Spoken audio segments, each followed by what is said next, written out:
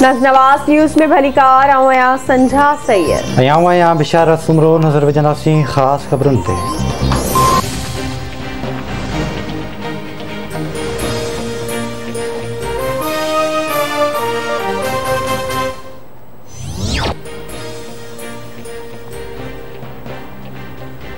मुल्क में 10 नवां डैम ठाहिण जो फ़ैसिलो करे वरितो आहे। दासू ऐं भाषा डैम जो वक़्त सिर ठहण लाज़मी आहे। 2028 ताईं भाषा डैम तैयार थी वेंदो। सोलर ऐं हाइड्रो पावर सां बिजली ठाहींदासीं। डिघे मुदे जी रिथाबंदी न करण सबबि नुक़सान थिए थो। असां वटि अहिड़ा तैयार थियल आहिनि जो अमल बि नथो थिए, तॾहिं बि पैसो ॾियणो पवे थो। असांजे दरियाउनि में घणो पाणी रुॻो 4 महीननि दौरान हूंदो आहे। पाणी बचाइजे त सॼो साल पाणी हारियुनि खे मिली सघे थो। वज़ीर आज़म इमरान ख़ान जो तरबेला डैम जी वाद वारे मंसूबे जी पीड़ जो पथर रखण वारी तकरीब खे ख़िताब।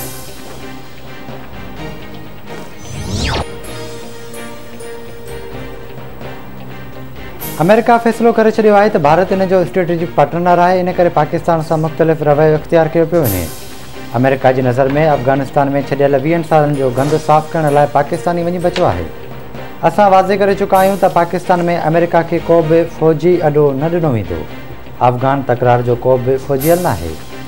अमेरिका अफ़गान मसइलो फ़ौजी ताक़त सां हल करण में नाकाम वियो। तालिबान चई चुका आहिनि त जेसीं ताईं अशरफ गनी अफ़गानिस्तान जो सदर रहंदो उन सां ॻाल्हियूं न थींदियूं। उन करे मौजूदा हालतुनि में अफ़गानिस्तान जो सियासी हल नज़र न पियो अचे। वज़ीर आज़म इमरान ख़ान जी परॾेही सहाफ़ियुनि सां ॻाल्हि ॿोल।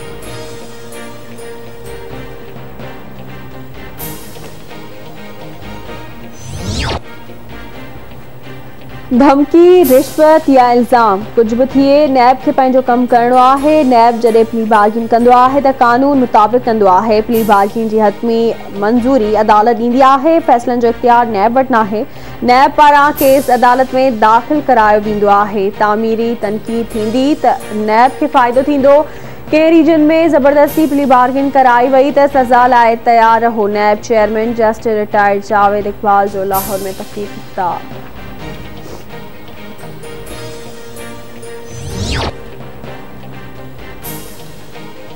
पाकिस्तान में कोरोना विघे वधीक 102 मरीज़ फ़ौत थी विया। 4934 नवां केस रिपोर्ट।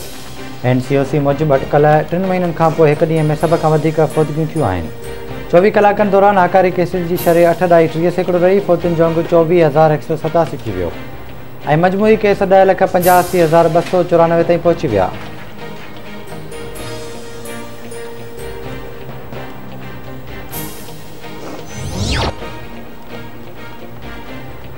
सिंध जे वॾे वज़ीर सैयद मुराद अली शाह सां WHO मिशन जे सरबराह जी मुलाक़ात। कोरोना जी सूरत हाल ते ख़्यालनि जी ॾेवट। वॾे वज़ीर जो चवणु आहे त सिंध में हिन वक़्त ताईं 85,99,197 माण्हुनि खे कोरोना वैक्सीन लॻी चुकी आहे।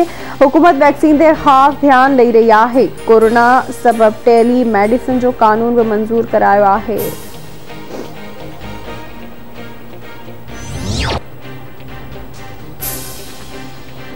इस्लामाबाद हाई कोर्ट जे चीफ जस्टिस अतर मिनल्ला चयो आहे त बार बार आइन जी भञकड़ी करे क़ाइदे आज़म जे नज़रिए सां धोखो कयो पियो।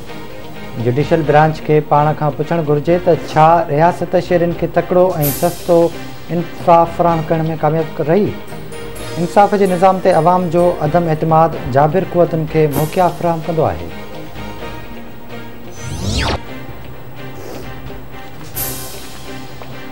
सिंध हुकूमत जश्न आज़ादी के मौक़े ते सॼे सूबे में मोटरसाइकिल जी बेल सवारी ते पाबंदी लागू करे छॾी। घरू खाते पारां जारी कयल नोटिफिकेशन मूजिबि सुभाणे ऐं 14 अगस्त ते बेल सवारी ते पाबंदी हूंदी।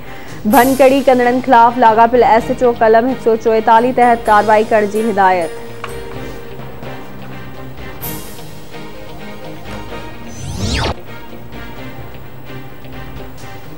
Sindh high court Hyderabad bench town committee Jamshoro जी पेंशन जी रक़म में खुर्द बुर्द ते सिक्योरिटी लोकल गवर्नमेंट के 4 हफ़्तनि अंदरि रिकॉर्ड समेत तलब करे वरितो। दरख़्वास्त गुज़ार मौक़िफ़ इख़्तियार कयो त टाउन कमेटी जामशोर जे 35 मुलाज़िमनि जी पेंशन सां गॾु कयल पघारुनि जे बिलनि मां कटौती करे अकाउंट में जमा न कई वई। हिन केस में अरबे रुपयनि जी खुर्द बुर्द कई वई, जंहिं करे केस नेब ॾांहुं रेफर कयो वञे।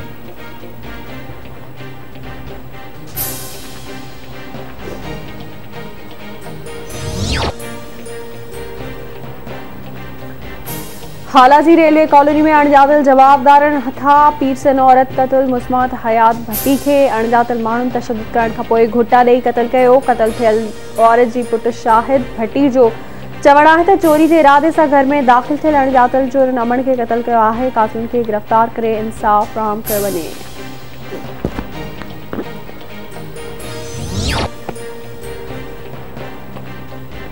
सिंध में पानी की खोट खिलाफ आबादगार तोड़े शहरी सरापा एहतजाज। जोई के शाखुनि में पानी की खोट शिदत इख्तियार करे वही। आबादगारनि जी मखदूम बिलावल पार्क खां प्रेस क्लब ताईं रैली।